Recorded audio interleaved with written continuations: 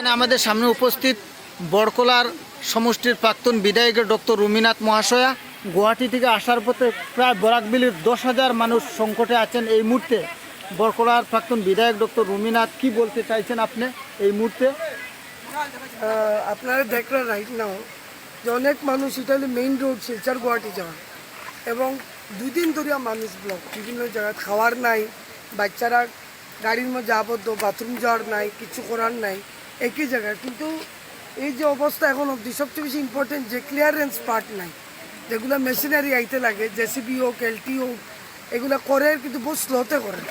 এরকম একটা জায়গা না, প্রায় জায়গায় প্রায় 12-14টা ল্যান্ডস্লাইড সোনাপুরের পর থেকে রাতাসোড়া এখান থেকে আমরা পাইছি। মানুষের অবস্থা অত্যন্ত কাহিল, ট্রেন লাইন বন্ধ, ফ্লাইটের ভাড়া 12 থেকে 14,000 টাকা। একটাই রুট আছে যেটা দিয়ে যাওয়া যায়, যার জন্য আমি বলবো যে আমরা মেঘালয় মুখ্যমন্ত্রী